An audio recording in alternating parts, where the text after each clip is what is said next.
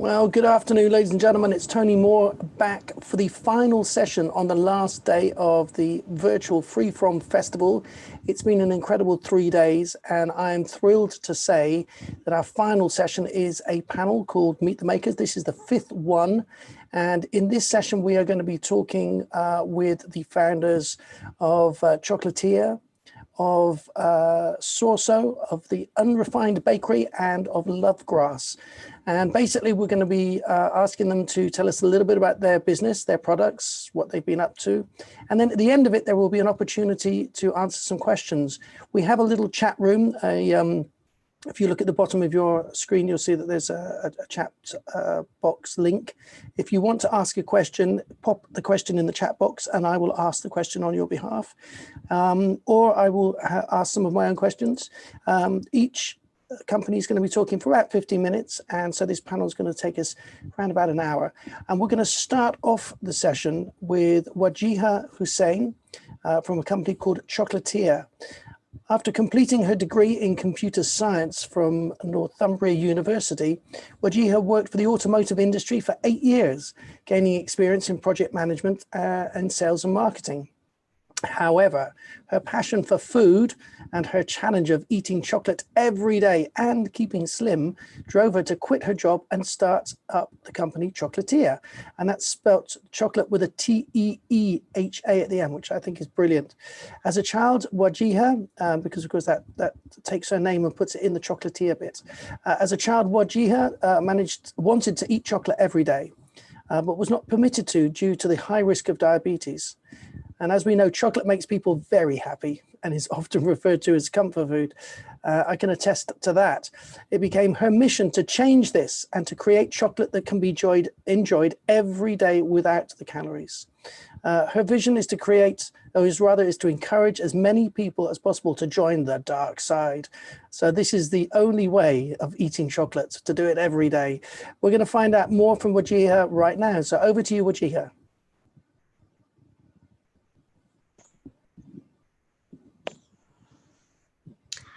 Thank you so much, Tony, for that introduction. So my name is Wajeeha, and I'm the founder of Chocolateeha. And as Tony described, my mission is literally to eat chocolate every day. It might sound silly, but it all sort of stemmed from my childhood when my passion was chocolate. And especially as a kid, you know, when you're 5 years old, you want to eat chocolate and you can't eat it. It becomes a bit of a problem. And because of the very strong history of diabetes in the family, you know, it was understandable that if we had too much sugar in our diet, you know, I've developed diabetes at a very young age. So, you know, growing up, this was very difficult. But as I got into my 20s, you know, I started eating chocolate more and more because I thought, well, I can do it now, I'm an adult. And I realized the impact of my body. Unfortunately, the chocolate in the supermarket at that time was just full of nasties, preservatives, sugar, and not so much chocolate or cocoa, but a lot of other stuff that was added in. So instead of cocoa butter, companies would add in vegetable fat and things like that. So it would all add up. And the feeling that I got from eating chocolate was incredible. And I thought, well, why can't I do that? So I left my career in the automotive industry to actually make chocolate and eat it every day. And at that time, you know, everyone was just like, what are you doing? Seriously, what is wrong with you? But it was my passion and it was my dream and I wanted to do this.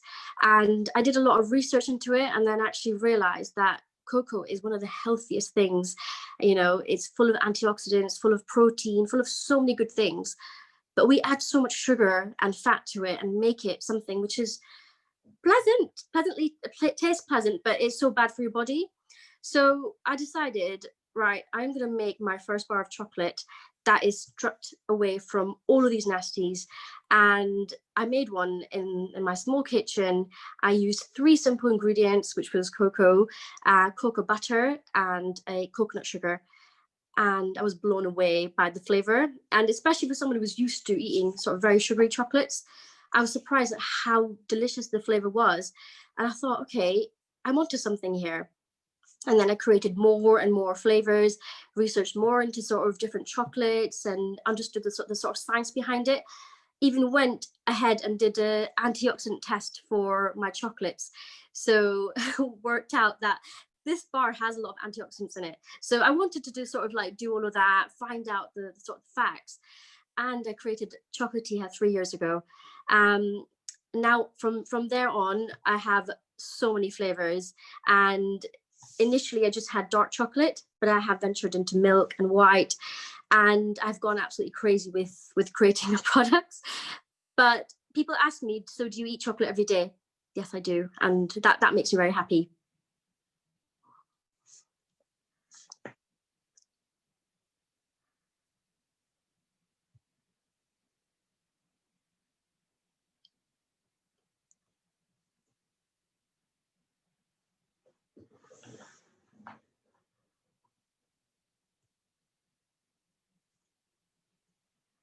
I think I'll move on to my next question, because I can't hear you, Tony. So I'll just, if you want, I can start to my next question.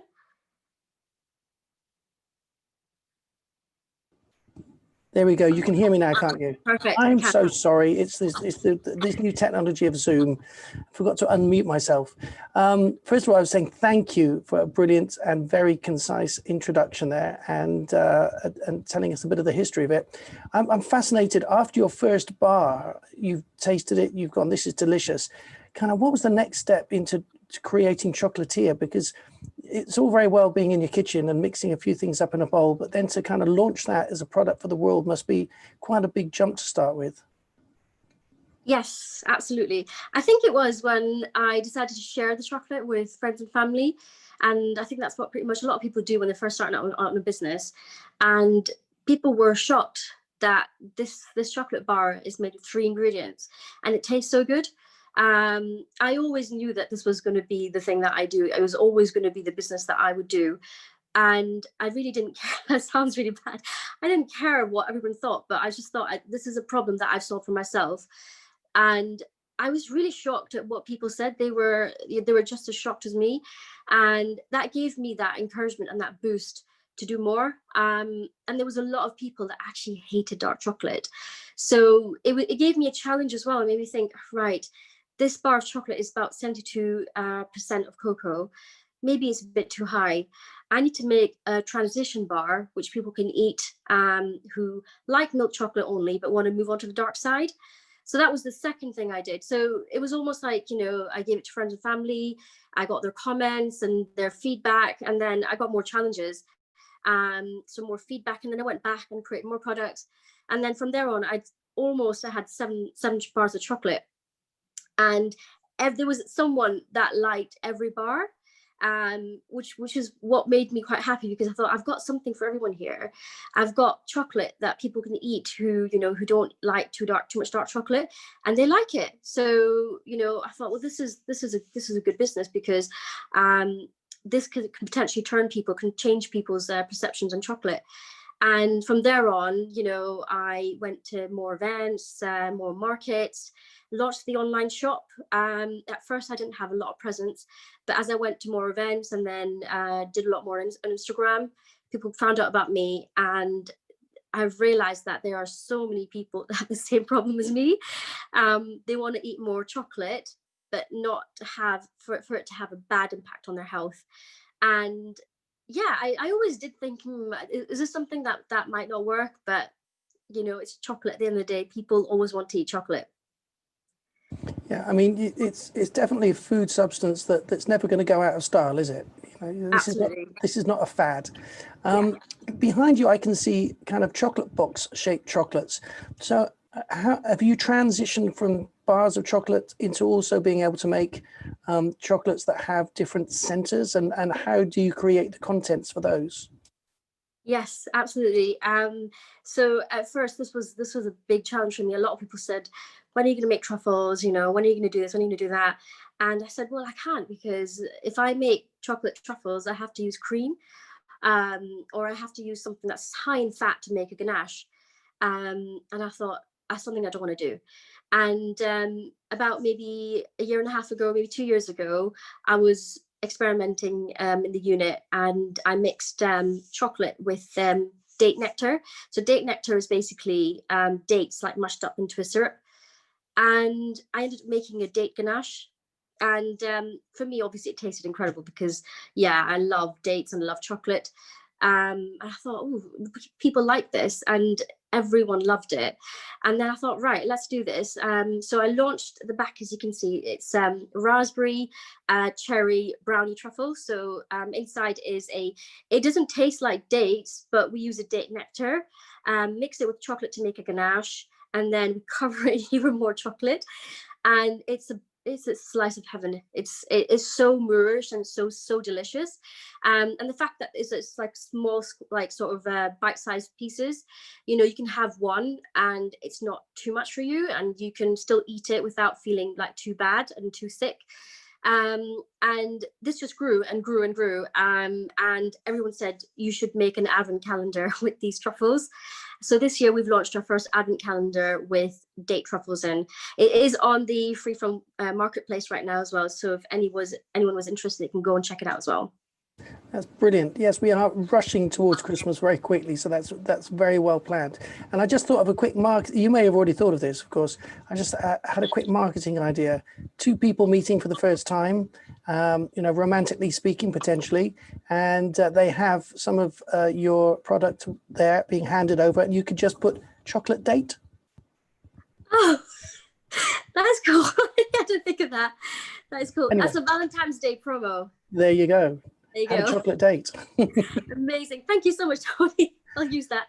You should do it. It's very good. Listen, I love what you're doing. I love your passion. And I love the fact that you've approached it in such a very personal way. And as I've found from so many people that I've talked to over the last couple of days about this, it's that strong personal drive and passion that gives an originality to a product that corporate companies just can't do, right? It's that kind of scale. Final question before we have to let you go. Talking of scale, you are obviously doing really well and you're scaling up. What kind of products do you have coming up in the future? So if you ask me right now, I want to do everything, absolutely everything.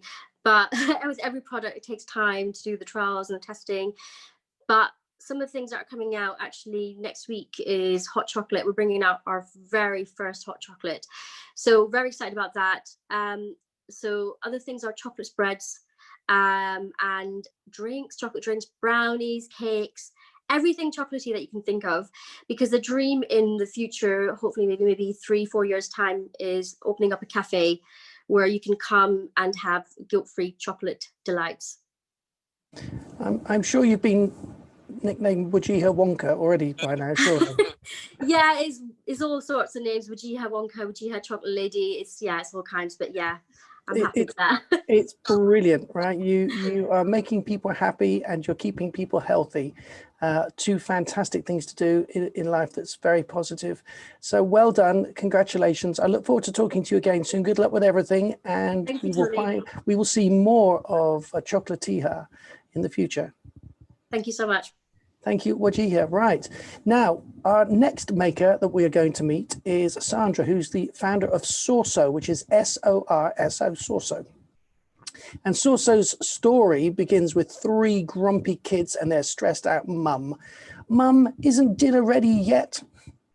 So SORSO's founder, Sandra's children used to ask that all the time. And the nerve of Sandra's 9-to-5 job in the city was getting in the way of dinner. Something had to be done, so she started whipping up sauces in her kitchen ahead of time. Preparation, you know, so that her kids could use them to get dinner started while she was still at work. Her kids loved them, her husband loved them. And when she gave them to friends, they loved them too. You should sell these, people kept telling Sandra. So she did. And 1 year later, SORSO is now sold at farmers markets all over London and is shipped to hungry customers across the country. Next stop, possibly world domination. No more grumpy kids, no more stressed out mums. Now that's a happy ending, isn't it? Why don't we find out more? We have Sandra with us right now from SORSO. Sandra, welcome to Free From. Tell us more about SORSO. Hi, so it might be a bit noisy. I'm at the farmers market today. High Street Kent Farmers Market to be more precise. How did it start? Well, you've said most of it. I used to work in the city and my crates also started about 10, 11 years ago. I worked in the city, financial services. I had to do a lot of work. The kids had to pick them up from nursery, had to make dinner, and I used tomatoes in my food. So I would usually go tomatoes within a week or get butter, and then it would be an hour and a half later, and we're still trying to get the right taste, the right consistency for to eat.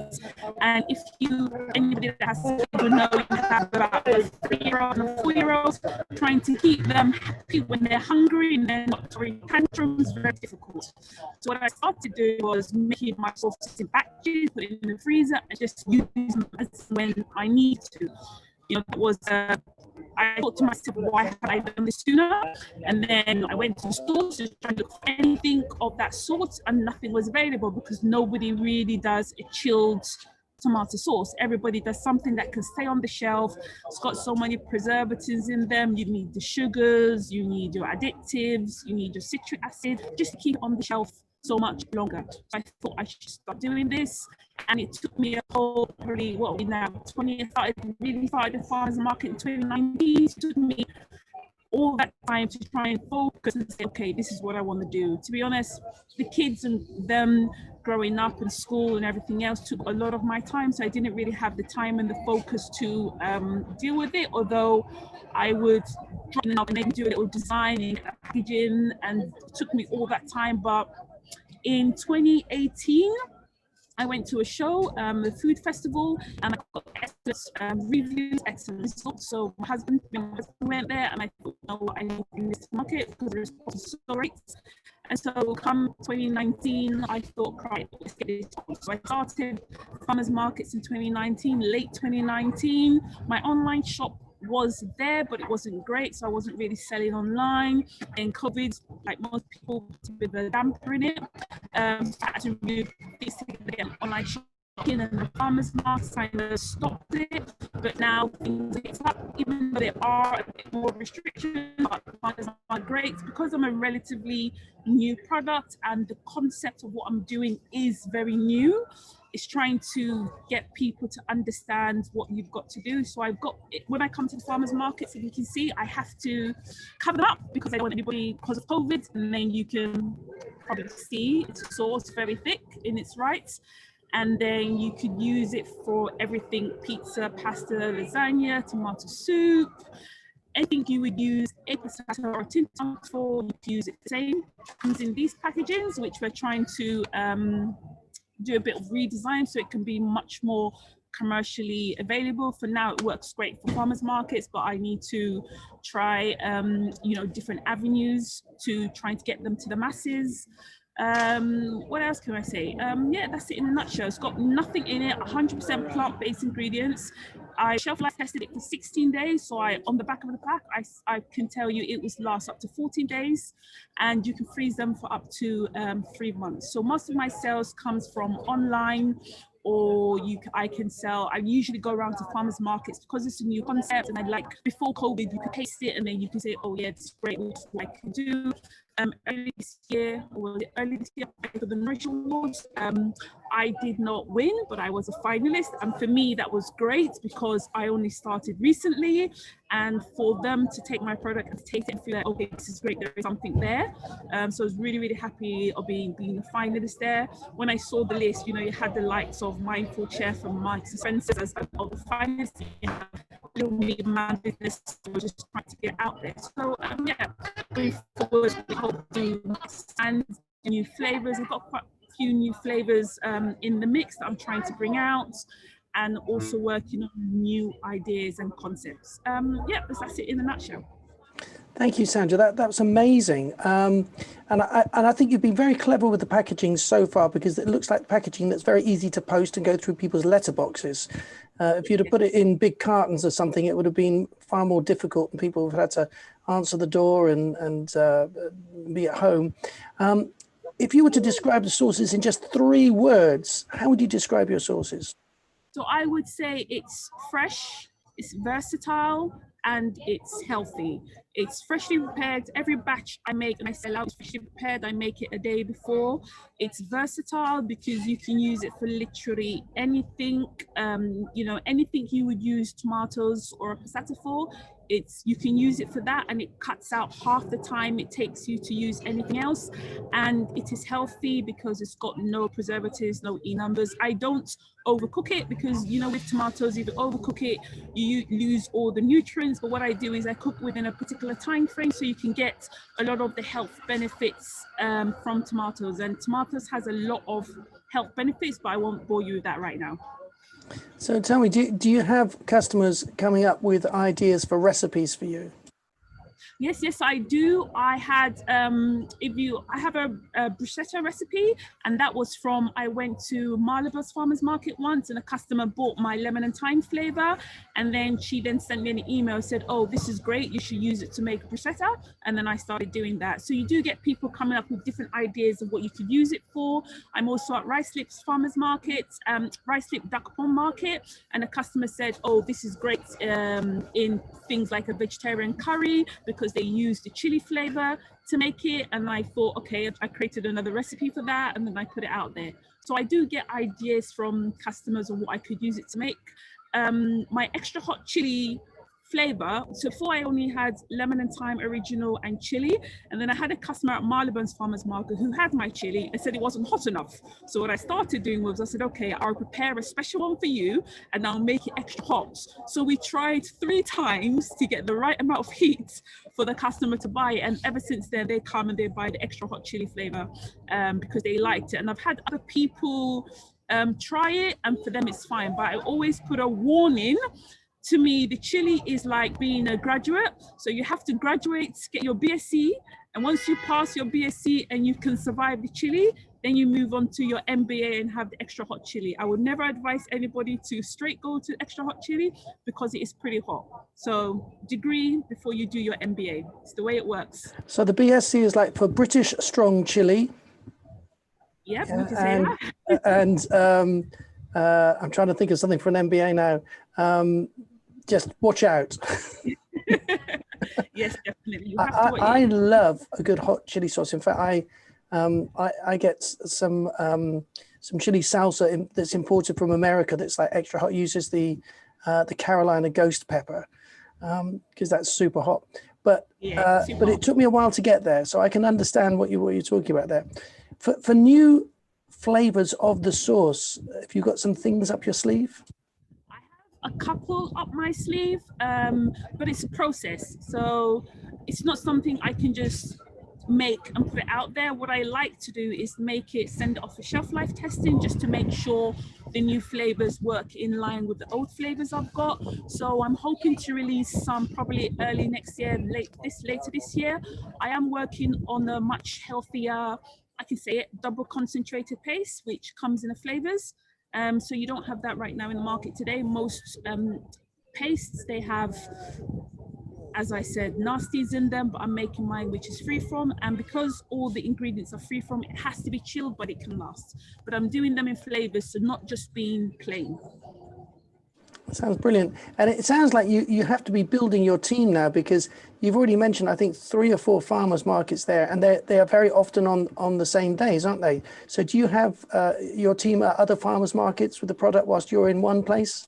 Yeah. So I've got a sales, so I've got a sales assistant who helps me around when I go to other markets. They go there, and then just recently I got somebody to help me with my social media. I'm not very, very good at social media, so I've got just I hired a freelancer to help me with my social media as well. Because I've got, you know, when you're a one-man business, you've got to do social media, marketing, sales, the lot, and for me, it's just a lot to do. So I've been able to palm that off to somebody else. I would like, you know, with expanding, I would like to stay on the production side because I know that's where my expertise lies and that's where I'm good. And going forward, I would like to get somebody else to do a bit more of marketing, to do a bit more of sales, and then to help me in the markets. I'm a great believer of put your skills where you can utilize it the best. And the production of the sauce is where my expertise lies. And then everything else I'm not so good at because I come from a finance background. So I'm all about the numbers, and then all about the sales and marketing. I'm not really that great at it. So I would like to give that to somebody else. Right. Well, you know, delegation is a really important thing in any growing business, right? It's being able to realize and see your own strengths and see where you need other people to do the things that they do best. And I think what you're doing, certainly for social media, is perfect because it's colorful, and it's interesting, the story. And, you know, I think it's a product that's a very visual product as well. I mean, you know, tomato, very strong colors, and I'm sure you will get a lot of success on social media as it starts to grow. Yes. So I'm doing that now, trying to do that a bit more. And then I also offer a subscription service as well, which is great. I mean, I put that online probably a couple of weeks ago, and I've already got 5 subscribers to get the sauce. So if you subscribe, you can save about 10% off the sauces, and then you get it sent to you on a monthly basis, which is great for me and also great for the customers because you don't need to worry about ordering all the time. So which is also another good avenue. So that's kind of like you're building up your loyalty points there. You become a subscriber, you get a good deal on things, and probably advance notice on new products coming through. Yes. So for me, it's like, you know, because I make it freshly prepared, so then I know, okay, you can get it. Because sometimes when you come to the farmers markets, they sell out. Like today, I've sold out, so it's helped me to have the call today. And then people that come over, you can't get your sauce, although you can order online, but it has to be above a particular threshold because of delivery charges. So it's always good to pre-order if you are coming to a farmers market, or if you want to get it online, then you have to get over a certain amount to get free delivery. Fantastic. Listen, it's been great talking to you, Sandra. Thank you so much. Fascinating story behind the scenes, and it sounds absolutely delicious. I'm going to have to try some of that, especially the super hot chili. That sounds good to me. Enjoy the rest of your day, and we hope to see you soon. Thanks a lot. Bye-bye. Guys, bye. Okay, that was Sandra, and telling us all about SORSO, which I think is a brilliant name as well. Now, the third in our Meet the Makers is Sophie Lipthorne, who is the founder of the Unrefined Bakery. And the Unrefined Bakery have reinvented classic sweet treats, but without the preservatives, additives, refined sugars and flours. They use only natural plant-based ingredients in their almond butter flapjack and Rocky Road snack bars. And their bars are healthy alternatives to the known and loved classics, but crucially, they've maintained all those buttery, Moorish flavors of the traditional products. So now we have the opportunity to talk to Sophie and hear from her a lot more about the company, the background, and her products. So over to you, Sophie. Thanks, Tony. Thanks for having me. So I'm the founder of the Unrefined Bakery. We have 2 products. I've got them here, I'll show you. So a flapjack and a Rocky Road. And the idea behind the brand is that we've basically taken classic products and just reinvented them to be as nutritious as possible. So for example, the average supermarket Rocky Road has over 30 ingredients in, including kind of additives, preservatives, high fructose corn syrup, lots of nasty things. So we've just kind of stripped all that back and just used really unrefined, hence the name, natural ingredients, but crucially keeping that taste the same. So I set up the company about 2.5 years ago. I set it up basically because I'd started eating a lot more healthily myself. I tried to cut out refined sugars and preservatives, and I felt really good for doing that. So with that, I'd been kind of snacking on, healthy snacks, mainly kind of date energy balls, that kind of thing. So I loved that kind of market was booming and there were loads of healthy alternatives, but I found that they were all quite kind of new and innovative, whereas actually I just wanted to eat the same things as my colleagues were eating, like, the M&S flapjack tubs, etc., but just in a nutritious way. So that's kind of why I started. So I started making flapjacks and Rocky Roads at home. I went to a few markets in the city to sell them, which went down really well. So I kind of tested the product there, got some feedback. At that point, I was making them all in my kitchen in London myself. And then about a year after doing that, I then got a contract manufacturer to start making them. And that's when they got packaged like this. So that year was like basically try. So for example, the recipes that I trialed at the markets went down really well, but then when I actually went to the manufacturer to get them kind of mass produced, they didn't post very well, and they tasted really good, but the structure just wasn't there. So that it took quite a long time to get that kind of sweet spot of taste and structure. And then, yeah, since then, just been selling them online. We do a subscription option as well. We sell them in these little letterbox friendly boxes. So yeah, that's the background. It's fascinating hearing everybody's stories about how they come to things and create the products, because just as you think that the world has everything it needs, you suddenly realize that there's all these fantastic areas that just haven't been catered for. And, you know, it takes somebody who has a passion and a real drive for something to make a difference. I'm loving the packaging. Did you design the packaging? I did, yeah. Well, I bought the logo online. I can't take credit for that, but the rest of it I did. And that's purely because it took so long to get the recipe sorted. So I hadn't planned to design the packaging myself. But then because I essentially had a year to kind of get to grips with the design and like the systems that you use to design packaging, yeah, so I had quite a long time to do that. So right. And when you were making these originally yourself, how time consuming was it to at the beginning to kind of put all this together? Yeah, it was pretty time consuming. So if I had a market on a Saturday, I'd make them on a Friday, and I'd block out probably 6 hours to make maybe 200. But that's purely just because I was in, you know, a tiny kitchen with like an oven with 2 trays, and they're both baked. And the Rocky Road in particular has a lot of steps. You've got to make the biscuit, then make the chocolate, then mix it together and pack it down, refrigerate it, etc. So yeah, I was pretty pleased when I was able to hand that over to our manufacturer. And how difficult was it to find a manufacturer that understood that you needed these things to be made in a very specific way that really wasn't a corporate approach at all? Yeah, it was really, really hard to find a manufacturer, because because I worked in finance beforehand, and I had no contacts in the food industry at that point at all. I didn't know anybody. I wasn't really utilizing LinkedIn, so there was literally no one. So I was just relying on Google. And with contract manufacturers, you can't just Google, really. A lot of these companies don't advertise that they're doing that, mainly because they're all rushed off their feet and they don't care. They don't need new clients. They're not bothered. So it's very hard to find one in the first place. The first one I found, it didn't really work. You know, they weren't that passionate about the product at all. And yeah, so I then moved on to a second one, which again was quite hard to find. And with them, it just kind of felt right immediately. Like, they loved the products. They had kind of, I think 12 years experience in food manufacturing, and they actually specialized in flapjacks. So obviously that was like, oh my God, this is perfect. And they were super lovely. And yeah, so that's kind of how we found them. And from a packaging point of view, obviously, you know, you need to cover a lot of points, right? You need a packaging that's not only safe and secure and allows the product to last on the shelf, but also needs to look attractive and have its own kind of a stamp, its own kind of character, which I think you've done very well in the colors and the kind of the layout of the packet.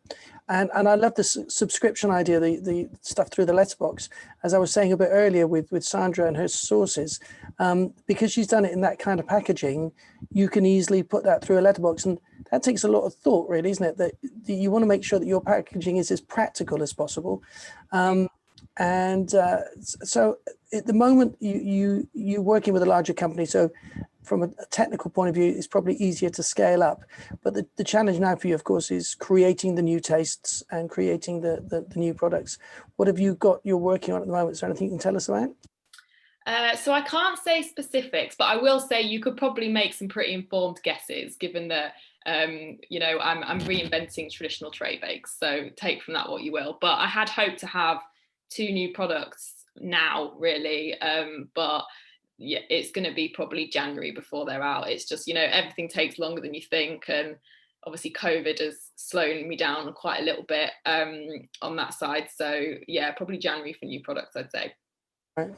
But did you find that COVID eventually started to help because you were able to do the mail order thing? Yeah, definitely. My sales went up as a result of COVID. So in that respect, it was quite good. And as I don't have overheads, because obviously I get our manufacturer, I just pay a fee to the manufacturer. So I didn't have like a rent to pay or staff to pay. So in that respect, financially, I was really lucky. But I'd say kind of the negatives from COVID has been more kind of lost opportunities. So we had loads of trade shows booked for this year to kind of get the product out there, because we only launched last November, so only really had a few months of pre-COVID. And then obviously now with COVID, packaged snack bars aren't really high on a lot of retailers' lists of things they want to sell, obviously, because they've not got the footfall. So it's quite a challenging time for a snack brand, for sure. Well, and is there a bigger organization you're growing around you, or is it still pretty much you at the forefront of everything here?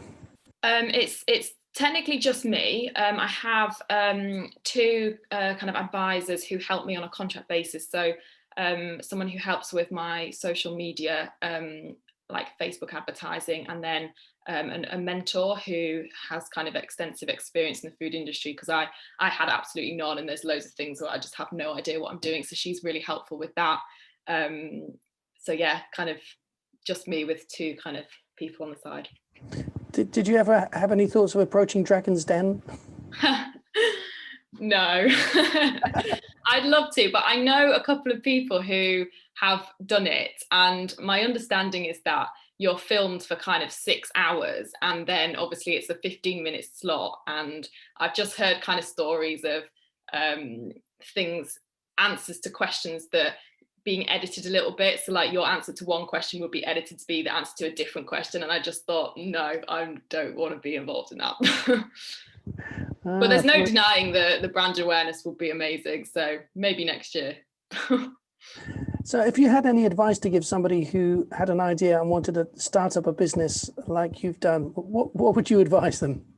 I think I'd just say be really realistic about time and cost. I mean, if I'm honest, I set a budget for this right at the beginning, which I'd gone over within about a year. And in terms of timing, I kind of assumed that I'd launch these products and then within 4 months they'd be in Whole Foods, and it just doesn't work like that. And everything takes so much longer than you think, and you do need to be really quite resilient. But I think if you've got a passion, and now's a kind of, people are at home, they've got more time on their hands, if there's something that you are really passionate about, then just go for it, really. But I would just say be realistic about where you spend your budget and your time. Fantastic. Well, listen, Sophie, it's been brilliant. I'm just checking. I don't think we have any other questions, because you've just been so concise and so clear in everything that we know everything now about the Unrefined Bakery and Sophie. But it's been fascinating talking to you. I can't wait I'm going to get on and order some because I love a flapjack. And Flapjack. And I think you've kind of found a very nice little niche there it's a comfort food, but it's also you're giving it a modern twist and you're making it healthy. So brilliant. Yeah. Well done to you. Thank you very much. Good luck with everything. I look forward to speaking to you again and seeing the new products in the new year, and catching up maybe at the next Free From. Perfect. Thanks, Tony. Thanks so much. Take care. Bye-bye. Bye. Well, that was Sophie Lipthorne, and she was telling us all about the Unrefined Bakery. Now, next, we are changing the format just a little bit because we are going to be, first of all, starting with a video from the founder of Lovegrass. This is the founder, Jonas, who will be telling us more about the company and their products. And then after that, we're going to be talking with Magda, who does work with Lovegrass. So we can talk to her in more great depth about the company and also answer any questions. But as a little introduction, Lovegrass is on a mission to share the benefits of Ethiopian teff, that's T-E-F-F, with the world. Teff is a tiny super grain packed with fiber, protein, iron, and vitamins. And they are one of the few companies, if not the only company, with a license to export teff directly from Ethiopia. They have their own farms and production facilities in Ethiopia, as well as direct trading relationships with Ethiopian farming cooperatives. So I'm going to hand over to Margarita, who is going to play the video. And then after that, we will be talking with Magda from Lovegrass. What is Lovegrass? Lovegrass, the name Lovegrass Limited came from William Lovegrass, which is another name for the grain teff. teff is an ancient supergrain that grows in Ethiopia primarily. That's been growing in Ethiopia using the most back to basic techniques of plowing it using ox plow, the way it's been done for thousands of years ago to this day. And that's how the name Lovegrass comes from. Teff is not only an ancient supergrain, it is very high in nutrition. In some instances, probably even more nutritious than even quinoa, like for like. It's high in protein, it's high in iron, it's high in fiber, dietary fiber. It's high in magnesium, calcium, all that the body needs, and it's also naturally gluten-free. So, it fits, basically ticks most of what's needed in the market at the moment. It's the most versatile grain in terms of gluten-free you can think of. You can bake with it. We've come up with all sorts of interesting products from it. In terms of raising awareness of teff outside of Ethiopia, there are a few things that we need to work on. The first thing is to make sure that this grain actually exists, and it exists in well over 300 plus varieties of it in Ethiopia. Each Ethiopian village grows a different strain of teff. And what's more, we need to tell people that not only is this grain there, it is superior to health and it's delicious to eat and very healthy to eat. We are also trying to encourage people to trade with Ethiopia, which is synonymous with poverty and hunger, which shouldn't be the case. And it will also help people out of poverty through trade. So there's a lot of message to work on there. There is no point selling the grain teff to, say, a British consumer. If I give you the grain of teff or the flour, what do you do with it? But the Lovegrass objective, the Lovegrass mission is to come to the consumer with products made from teff, which we have come out with 100% teff pasta, for example, porridge, flakes, breakfast cereals. So that is familiar to the consumer. So not only is it nutritionally superior, it's also easily accessible to the population. And in addition to that, the other goal of the mission is we can value add, we can process this. Not only is it sourced from small scale farmers in Ethiopia, it's also processed and value added in Ethiopia as much as possible to the European standard. So we have both objectives met there. So the eventual goal will be to empower the Ethiopian farmers to make them connected to the global market, while at the same time bringing this superior grain to the market. That is the objective of Lovegrass.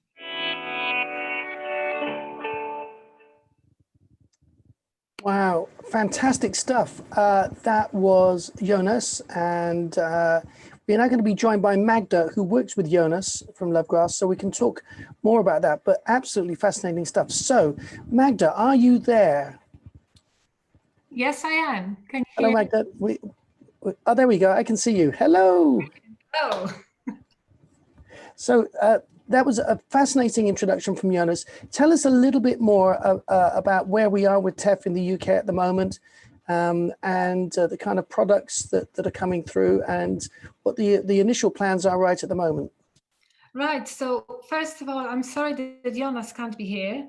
He's currently in Ethiopia, pretty much probably, where you are, where you can see behind me. So he's traveling around our local communities, ensuring that we've got supply for 2021, because basically teff harvest happens in about January.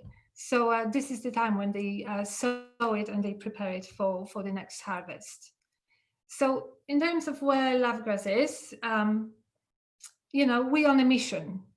And we completely understand that this mission is going to take a long time, because teff is so unknown. Teff is such a new ingredient, right? So it's really about, we've got these, as you can see you see that? We've got these lovely products. Basically that's where we are currently.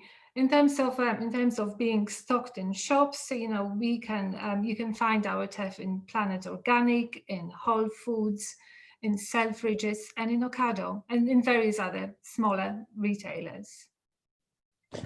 But at that moment, is that just as the kind of the grains themselves, or as in pasta products and other products that Jonas was telling us about?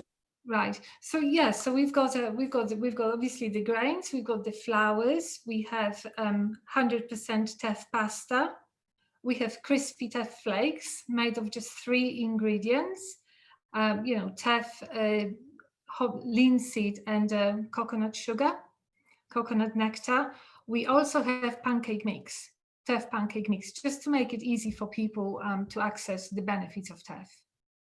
Well, it sounds like a brilliant start already. Of course, those are products that are standard in people's homes, and pancakes for all of us that want to avoid the traditional pancakes that can be a problem from a health point of view if you're gluten intolerant, etc., is a brilliant idea. Are you working with other companies in the UK and around the world to develop products, or are you primarily developing the products yourself? Well, because teff is so little known, we develop everything ourselves, literally from prototyping things, in the kitchen and then sharing and tasting amongst family and friends.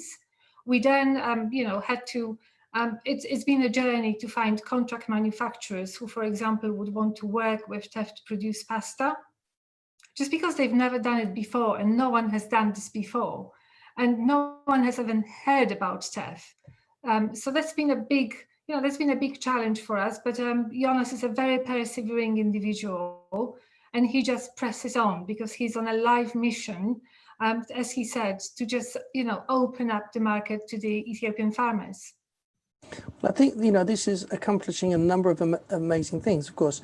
By building teff on a worldwide basis and creating a demand for it, you're creating work and income and opportunities for Ethiopian farmers and Ethiopian local business that also works with the farmers in the refining and the production of it. But also you're bringing to the table literally a whole new superfood that has so many benefits, and it is amazing. This is I'm guessing an ancient grain, right? It wasn't just invented a couple of years ago. It's been around a long time, and the fact that the world doesn't know about it seems a shame. Absolutely. So there is a debate going on whether it's a seed or a grain. Okay. Some people think it's a seed, and I think it might be because it just is grass. Basically, it's a grass seed. So teff grows as grass, and there are over 300 different genomes in Ethiopia. It's a very genetically a very stable and a very old genome that we're talking about here. It hasn't been, genetically modified, improved, and so on. It is as it's always been for thousands of years.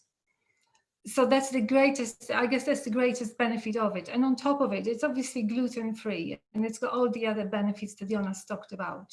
And it's been eaten in Ethiopia for thousands of years.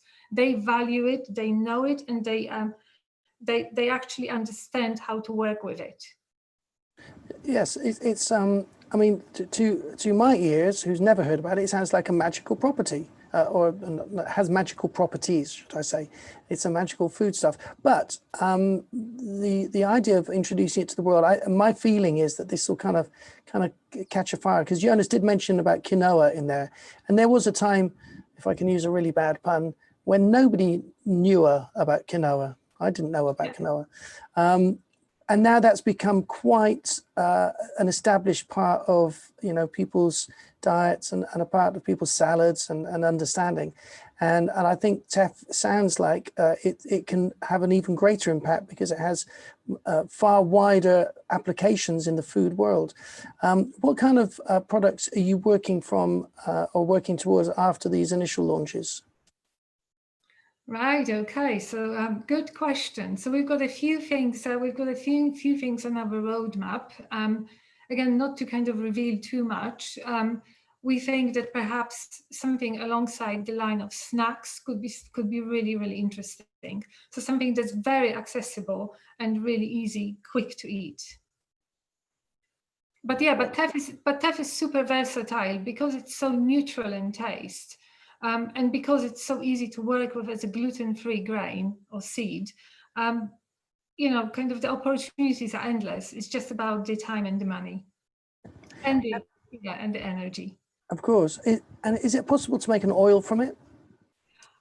I don't think so. That's a very good question. I don't think so, because it's not overly too oily. But we haven't tried it.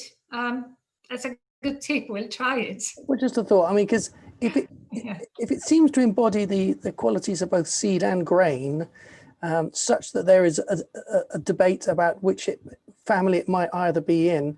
If in the seed qualities there's the ability to produce an oil from it, but maybe there isn't. That was just a thought. Teff oil might be a whole other game changer as well, if that's possible. I'm loving the passion and the approach, and the fact that it really has a massive impact countrywide for Ethiopia to make this successful. And it's, although it's a shame that we don't have Jonas here, we have you here, which is even better, because you can tell us Jonas's story and we can see him. How did you both get started at the very first stages of deciding to try and bring this to the wider world? So so that's a great question. So Jonas grew up farming teff. Jonas basically, is a farmer's boy. And when you talk about farming in Ethiopia, you talk about farming teff, because that's what they eat. That's their staple diet.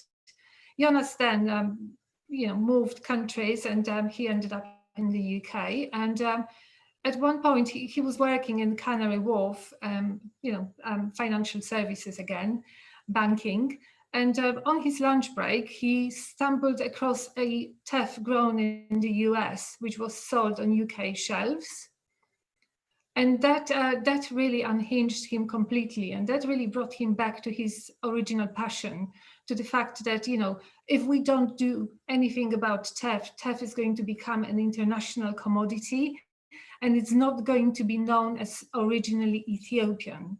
And that would simply mean that the people who have grown teff for thousands of years are not going to be able to participate in this journey at all.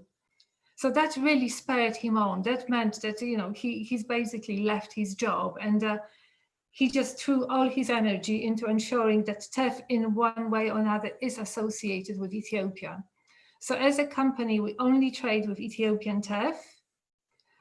We always work with small collectives. We always pay them in hard currencies, because one of the issues that they have is lack of access to hard currency. So we always pay in either dollars, euro, or pounds. And then in turn, this means that these small communities can actually buy machinery from abroad. They can modernize their farming methods and so on. The second thing that we do, we buy ahead. We plan ahead, which enables them to, again, plan their farming rhythm, and ensures that, financially they can sustain themselves better. Because the knowledge is there. It's just really about that opportunity to give them a voice.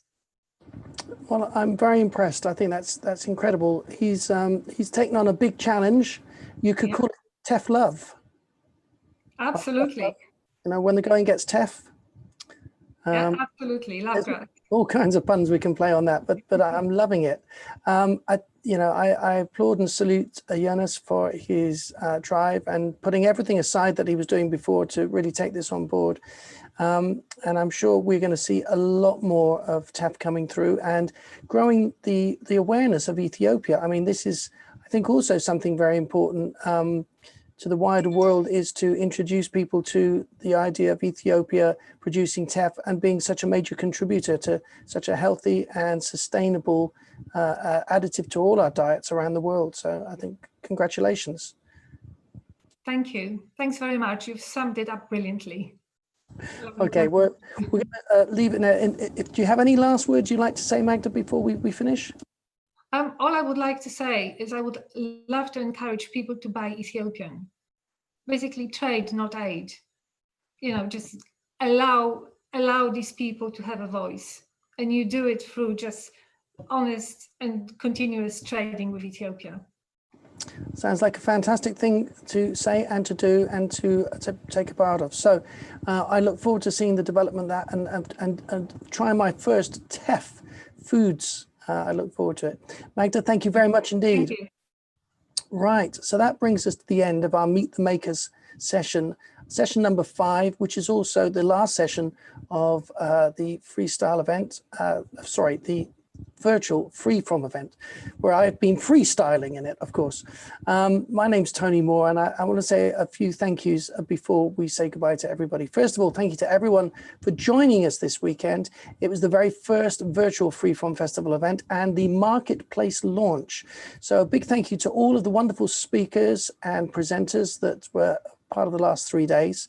And if you weren't able to catch any of the talks or the demos from the days, or you missed anything, all of the recordings are now available online on the Free From Festival website. And please note that the Free From Festival marketplace is here to stay, right? It's not just for now, it's not just for Christmas, it's forever. And it will remain online continuously after we finish our virtual festival today. So you'll be able to continue to view the recorded talks and demos, and you can also shop for your favorite products and discover new favorites. But you must remember that the 15% off promotional code that you can use to get a discount on everything from Marketplace ends tonight at midnight. That's Sunday at midnight, the 25th of October. And in order to get that 15% discount, all you have to do is sign up to the Free From Festival newsletter via the new Marketplace website to receive the discount code, which you can enter at the checkout. And then we can keep you up to date on all the exciting things that we are planning. Also, if you wouldn't mind, it would be great if you could follow Free From Festival, which is at Free From Events, on all social media, so we can also keep you updated with Free From events, both virtual and physical, and to let you know about news and offers and marketplace promotions. And finally, everyone who purchases a product before midnight tonight will also be entered into a prize draw to win a large hamper of goodies. So all you have to do is head to the at Free From Events Instagram page for more information about that. I'd like to say a big thank you to Marga, who has tirelessly worked behind the scenes to put all of this together. And I think she's done an amazing job. I want to say a big thank you to Bex and all the team around Free From who've been working behind the scenes, because at the moment, everything is behind the scenes except me, who's in front of the scenes right now. We will be planning some more exciting things towards the end of the year. So do keep an eye on the website and the social media for everything. And if you've enjoyed this as much as I've enjoyed it, then you're going to be eating a lot of good food and tasting a lot of great sauces and eating a lot of great chocolates and cakes over the next few months. I'm going to be arming myself with as much from the marketplace as possible. So I want to say a big thank you one more time for you for being here and for making this such a great success. And I will hopefully see you on the next virtual Free From, or possibly the next physical one. Anyway, wherever you are, enjoy the rest of your weekend. Take care and don't miss out on that 15% discount before midnight tonight. Goodbye.